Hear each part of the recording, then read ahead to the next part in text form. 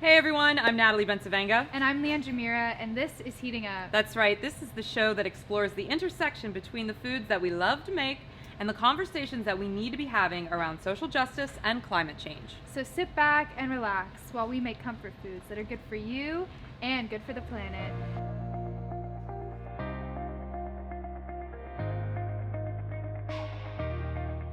God, I'm never gonna get tired of saying that. So what do we have here? This looks really intimidating. Okay, but don't be intimidated. just explain it to I me. promise. So what we're gonna do today is we are gonna be making an asparagus soup, because I don't feel like asparagus gets a lot of love. I can't even pronounce it right. It's I hard. love asparagus. I do too, but I feel like for people, they don't love it generally. Yeah. So I figured out this soup. I've never had asparagus soup though. Okay. I am scared of it. No, it's going to be awesome because it's going to be super creamy because we have some vegan yogurt. We're going to toss in avocado. Have you ever had avocado in a soup before? I mean, your black bean soup had it on top. Okay. And it was really good. Okay. Well, we're going to really actually good. blend an avocado into this, and I'm telling you, it just And makes I've it seen super people- creamy. Sorry to get off topic, but I've seen people put avocado in smoothies. Oh, yeah. So that actually makes a little bit of sense because this is like blended. Yeah, and what I It's a love soup, about not a avocado, smoothie. it's like it takes on any flavor. It's a lot like tofu, and it's such a healthy fat for you. It's so full of potassium. People call it like God's butter. I was just about to say it's like butter.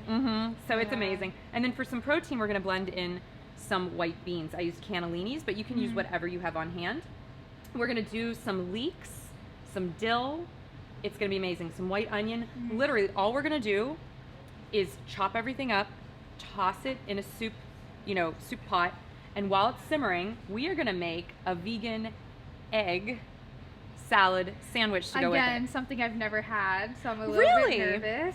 I didn't realize this is a whole new world for you today. This is really new horizons. Like I think this might be, my brain might explode. This is so exciting. So this is sort of like my take on sort of comfort diner food. We're just gonna start finishing chopping everything. Everything will go into the soup pot, and then we'll get started on the egg salad while it's simmering. So while our soup is simmering, and which takes about like 15, 20-ish minutes, we are just gonna be making the egg salad sandwich. I can't wait to press this tofu. I can see you eyeing it. So the tofu is the star of this, so go ahead and press out. I'm gonna first put the capers Okay, in go to ahead. give me more space. So what you need for this is just a big bowl, because you're just gonna literally dump all of the ingredients in once you chop up the veggies and call it a day. Okay. Super easy. So go ahead and I think you're gonna have to fold it up. And so with the tofu as well, you guys, like, because we're gonna crumble it, just press it as much as you need to. It doesn't need to be pretty. Here she goes. She really likes doing this. I feel like she's taking out a lot of her aggression and anger about climate change and all of that stuff. Don't even get me started. We'll get her started during the conversation with our guests here in a little bit. So I used firm tofu, and the reason I didn't use super firm is because you kind of want it really crumbly, but I've used super firm before, and it's fine. Look at that. Look at that. And see how it just like falls apart? I It's lift perfect. weights, you guys. She's a boss, both in and out of the kitchen. Here we are. So while she's doing that, I'm just gonna point out some of the other ingredients that we're gonna use today. So I love, once again, fresh herbs. There's fresh dill in the soup, and I'm also gonna put it in the egg salad sandwich, but if you're not a huge dill person, I also like to use parsley for this. And you mentioned you use oregano sometimes and basil, Yep, right? so whatever, honestly, that you have on hand, you really can get away with. And then we're just gonna chop up some celery and some green onion, obviously. Gonna use our nutritional yeast. But what's really cool about this one is we haven't used celery seed yet, which is this right here. And what I love about celery seed is it kind of gives it, I don't know, sort of like a egg salad-y, diner-y kind of vibe. One time, fun fact, I dumped, by mistake, like a half of an entire jar of celery seed into the egg salad. Was it good? It still turned out really good. It was kind of funny because my husband was like, it's gonna be fine. And I was like crying over the tofu. I'm like, it's all ruined. But it wasn't. That's how I am. I'm a very anxious cook. Yeah. You guys. Yeah. Okay, so what should I get started on? Okay, so now what we're gonna do basically is we're Should just I gonna rip chop this up. up? Yeah, you can just tear it up. Just not the stems. Leave the stems out, but we can just tear up the herbs. I don't know about you, but like for me, dill, just the smell of dill, it just smells like Really summer, good. you know? It So, smells like pickles to me, and I'm a huge pickle well, person. who doesn't love pickles? Yeah, I'm a huge pickle And that's what I love about the capers. It kind of gives it that sort of tartness. But if you don't have capers, I've also used relish. So you can toss relish in this too. That makes sense. Yeah, I like to just use what's on hand, you know what I mean? Because food's expensive. And what I like about this is you can just kind of customize it to whatever is in your cabinet. And then we're gonna use a little bit of vegan mayo, some Dijon, and of course some minced garlic. If you don't have vegan mayo, it's totally fine. Just don't press quite as much of the water out, because part of the thing I like about the vegan mayo is it gives it like a little bit of a consistency more like an egg salad sandwich.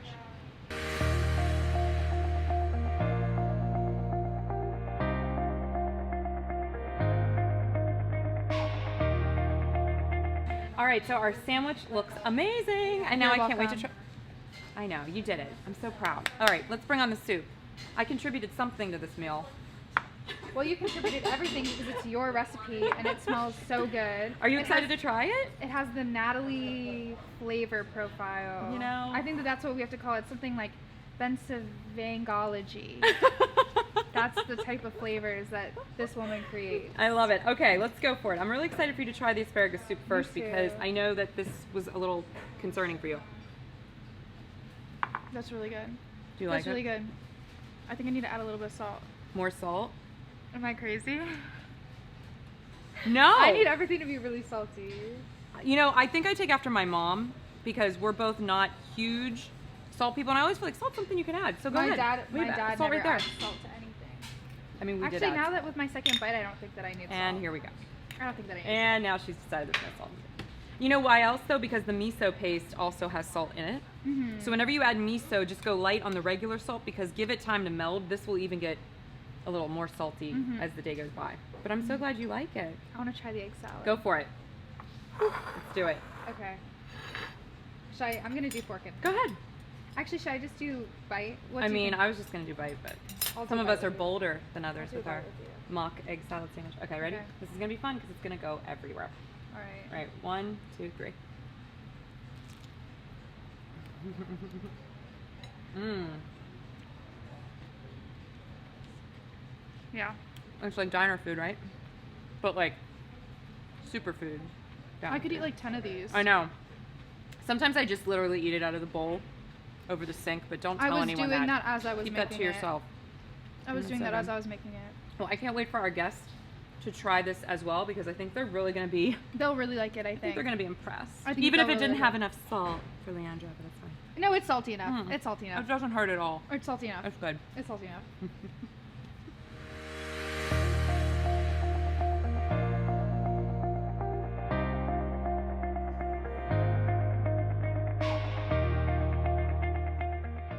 Hi everyone, welcome to this episode of Heating Up. Today we have community advocate Fernanda Ruiz from La Casa San Jose. So Fernanda, how are you? I'm so excited. Thank you so much for being here today. So let's just go straight into it and start from the beginning. Tell us how you got involved in this journey as young as possible, right? Let's go, yeah.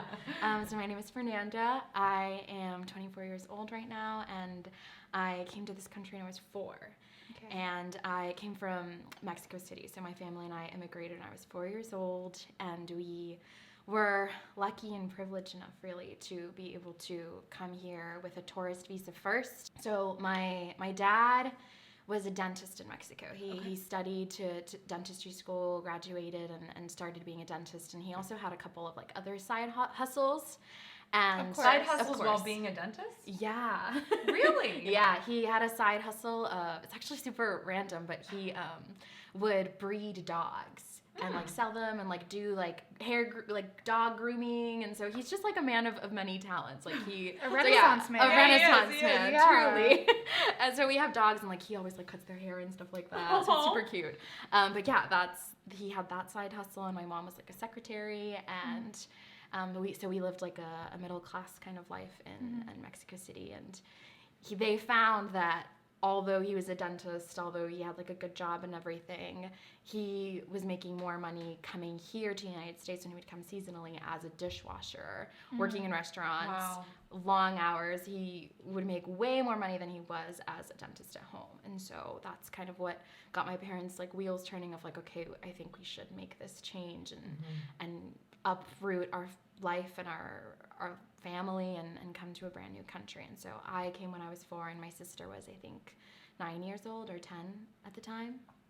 That's really, it's so layered because I don't think most Americans can even wrap their brains around what it would be like to have to just leave your homeland in search of a better life for your children, right? And the amount of stress that probably put on your family, and then not really having that clear road to citizenship too. And how do you navigate that space when you're a little kid? Like, what was that like for you at 4 years old? It was incredibly challenging, and I mean, I think I'm lucky enough that I was 4, so I don't remember exactly the struggles. I know that my sister, she came into the United States and she like immediately went to school, and that I can't even wrap my head around, going into a school, a brand new place, all these friends, and not knowing the language, just being like, what? What is And like everyone third saying? grade. Yeah. Third or fourth grade. Third or fourth, I think it was, fourth, something like that. And I, luckily, when I came in, I think I had like a year where I was doing like a daycare, and then I went into preschool or kindergarten or something like that. And I like learned the language like that. Like at that age, you can learn it so quickly. And so I didn't really ever struggle with language, unlike my sister and my parents. So I was very lucky. And yeah, it was hard though. And to talk about the status of our family, and we came in and overstayed our visa and then became undocumented, and my parents never really sat us down and sort of explained what that meant, but it was like this intuition, this sense inside that there was something that we were hiding, that there was something that wasn't normal. And I could just feel the fear and the tension around my family. And I remember, wondering, well, why is it that my dad's never home? Why is he always working? Why am I not seeing him? And then as I got older and going in through school, I remember the fear. That's when that really kicked in, and knowing that we were illegal. And that my presence here and the presence of my parents and the presence of my sister was illegal, and that it was like a secret that needed to be hidden. And along with that fear came this like anxiety that my parents were going to be taken from me, or that I would be taken from my parents. I remember so vividly being in class, sitting there and looking at the door, and sometimes like people would come into the classroom, whether that was like someone from the office or just like people knocking in the classroom and talking to the teacher. I had this fear that like a police officer would show up at the door and knock and go and talk to my teacher, and they'd be whispering and like pointing at me, and then I'd have to come outside, and then like just that fear that my peers would see me and find out that I wasn't supposed to be here, and that that's how I would be taken away. Listening to you talk about that, I mean, I didn't have the exact same upbringing. I was born here, but I do have close family members that are undocumented, and it's so similar. Like it's like it's so crazy because it's so similar. Where I remember I'd be so anxious, like, and that anxiety and that stress from such a young age is so intense. Like I would be scared to be in the car with those family members that we'd be pulled over and they'd just be taken, and I'd be sitting in the car in the back seat, like 7 years old, like bye. And or I'd come home from school, or the reason why they were late to pick me up from school is because they were deported and I was just going to be left at school. How did you come to just being like, you know what, I'm here, I belong here, and I don't have any reason to feel anxious anymore, like this is my home? Or did you not or do you not feel like this is how where are you right now, I guess? It's been like it's this. like an ebb and It's like an ebb and flow, a roller coaster. And right now I'm at a really good place, but it took a long time and a lot of healing to get here. When you were talking about that fear and anxiety as a child, what happened for me was the fear then turned into shame and into self-hate and shame and just a lot of uncomfort in my own skin and having to sort of put on this character to other people, this character that was like, I'm Fernanda, yes, I speak Spanish and have, exotic look about me because I went to schools where everyone was white and I was Me the only too. one that Me looked too. different. Yeah, had And different people hair. were like, Mira, where are you from? And I was Yeah. like, here, Connecticut, Stamford. And people were like, no, but like, where are you from? And I'd be like, Stamford, Connecticut. Yeah. Stamford, Connecticut. Yeah. So yeah, white people love doing that. They love exotic, doing right? that. And you have the Totally hair exotic, too. exactly. So It's yeah. just, and like, I so desperately wanted to be like, here, Pittsburgh. Yeah. And there were times where I would lie. And That's okay. Yeah. Who cares? Yeah. You don't know them anything. yeah, I don't. You don't. Well, also, I you're don't. trying to assimilate your own identity in a culture that you weren't welcome into. Yeah. So there must have been this sense of sort of dissociation, right? Yes. Between your heritage and your home Yes. and the place where you were living and the world that you were trying to fit into. So I can't even imagine that internal conflict that must have been going on. When you were living at home, did you ever have those conversations with your family? Did you ever feel angry at them for, bringing you here without a plan? Or was this something that you understood why they did it? And so, what was your experience with your family like? With my family, we honestly never talked about it. Okay.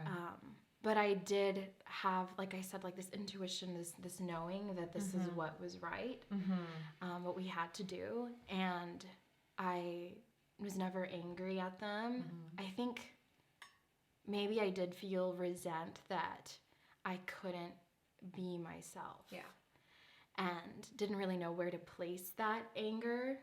And my parents were the ones that were right there. But I think at a young age, I was projecting that anger and resentment at myself. Yep. And wanting to be different and wanting to fit in and belong. And it took me a really long time to get past that shame. It took me a very long time. It took me to college, really. I was going to say, was And that the what- catalyst? Yeah, it was the catalyst. What was it that brought you away from that shame? Yeah, it took a lot of journaling, a lot of journaling and really sitting with myself. And I think accepting that I am who I am and that I can't change it and that this is what I look like, this is the language that I speak, and what it took for me to, I think I got there, really got there. Because I went through phases of like thinking, no, I love myself, the skin that I'm in, sort of in high school, but that was definitely a facade. And then sort of starting in college, still just like trying, but not really getting there. But I think I really hit, truth and where I was meant to be when I was in my junior in college. And I took this environmental science course that was called Sci 3. The way that this class sort of introduced environmentalism to me was by connecting it with the self, that before we can talk about climate change, before we can talk about all of these facts and figures and numbers and scary facts and details, we need to get down to what's inside. Like our connection to the earth? Or no, Or our just connection to like us. To ourselves. To ourselves.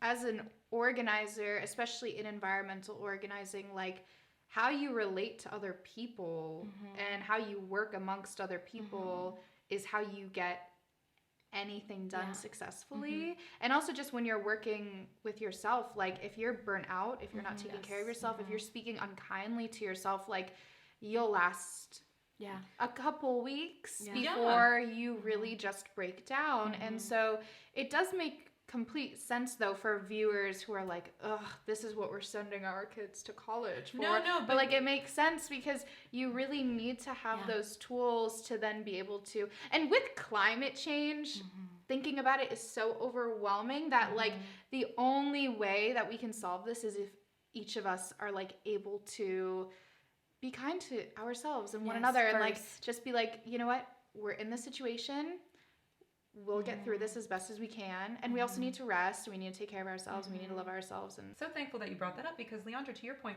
it's really overwhelming when we start thinking about climate change as this insurmountable thing, this thing in the ether that means so many things, so it kind of starts to mean nothing.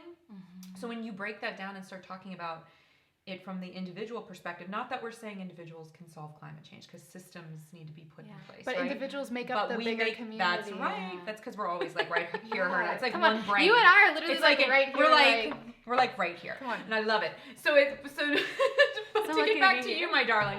No, I love it. So, but to your point, can you talk a little bit about that sense of, it sounds almost like, not to sound corny, but it almost sounded like a spiritual awakening in a way. Yes. So can you talk about how that brought about this wanting to then connect more to the earth from your perspective? Absolutely. What was that like? Absolutely. For me, it was througling. It was unlike anything I'd ever experienced, honestly. It's so interesting how in your formal education, like going through like K through 12, at least in my schools, we just didn't talk about about that, especially connection and the self. And Even health class, Yeah. where you don't have connection to your body. No. Like you don't have connection to your health. You don't have connection. And then, so of course, science, Yeah. you don't have connection to the earth. yes. You know. Right. And so that's how I always saw it, as because the way that our school system works, at least in some places, it's like, here are the facts, here are the numbers, here are the figures, here Here's are what you the have to memorize. scary facts, exactly. And here's what you have to memorize for the test. But we're not going to critically Exactly. think Yeah. about it. Or We're not problem going to. solve. Or we're Right. not going to see how Right. we actually fit our own personal lives, our own Yeah. intimate knowings and interactions, how we fit in with this bigger picture. Right. And that's why I think climate change and so many things just feel so overwhelming, because we're like, well, I'm just one person. How can I do anything? Yeah. But That's why we have these little plant-based meals here. Yes. If you want to feel like you can do something, make this asparagus soup that Fernanda is enjoying. Or perhaps it's so good. this tofu salad sandwich. Yeah, it's so delicious. Thank you. We try. To your earlier point about learning how to relate to the larger community, Yeah. like, did you ever have a moment where you were like, actually, this is what I can do for my community? And like, what was that? Yeah. Well, it like I said, stems from the self and getting to know the self first. And sort of like you were saying, the spiritual awakening and almost like a reckoning, honestly, because it hurt. I like brought up a lot of things that hurt, a lot of that shame coming back, and having to accept that, yes, that's how I felt. And it makes sense that I felt this way when I felt like the entire country is just waiting for me to be kicked out. Yeah. And cheering for you to be Yeah. kicked out. Yeah. And so sort of coming to that, okay, that's where I am, but that doesn't define me. And then through that journey, seeing I actually belong here, not just in the United States, but I belong here on this earth because I am a being of this earth that is connected to the earth innately. And I'd never thought of it like that either until I took that class and until I saw, wow, literally from the creation, from the Big Bang, from the cosmos, we are born out of that. Every single molecule that makes up our cosmos makes us up as well. But guess what isn't from the cosmos? Borders. Yeah, that is not that's a part right. of a natural Yeah. system of Yeah. our planet. We are, Yeah. but not the walls and borders that Exactly. separate us. Exactly. And so seeing how connected I am to not only other human beings, but this planet was what made it really click for me of, oh, I belong here. I was made here and I will die here, and I better use my time here to really be here and to really love other people, to love my planet, and to just ground myself in being here and connecting as much as I can. Well, we just so respect and admire you for your vulnerability and your strength, for wanting to share a little bit about your journey, and to just share in this moment. This to me, I'm getting a little emotional myself. I feel like this is the most connected conversation we've had, because we talk a lot about these big concepts. But this is like a personal, But this is so on a personal level. and the body is political, whether we want to admit that or not, right? We are all, just from our existence, political beings, and yeah, our identities shape us, where we live shape us, our economic status, our race, our gender, everything. And so for you to come here and so openly share your Gotta story, try the toes. yes, please. We're just so honored that you took this time and had this moment with us, because it makes me, I don't know, Leandra, you probably might already feel this way, but I didn't really think about the connection in the way that until you sort of, talked about it so eloquently and beautifully. So thank you so much for just sharing a little bit of your journey. So as you move forward, as we wrap this up, what are some things that you're working on, or some things that are bringing you joy, or what would you like to see from your next step in your journey? Well, like I was saying, it starts with the self and then expanding that. And for me, now I think it just baffles me how we as a community and as a people are so disconnected with our bodies, with earth, with each other, and see everyone as other. Yeah. And so for my personal journey, I just, in my relationships that I have with other people on an intimate level, I am like a relationship person. Just sort of spreading what it is that I've learned through experience of love and of connection with others, and helping others see, like, no, we're actually not all separate. We're actually all very deeply connected with one another and with everything that exists around us. And for me, that really helped in healing my trauma, because I spent years, 20 years, I think, of my life just feeling so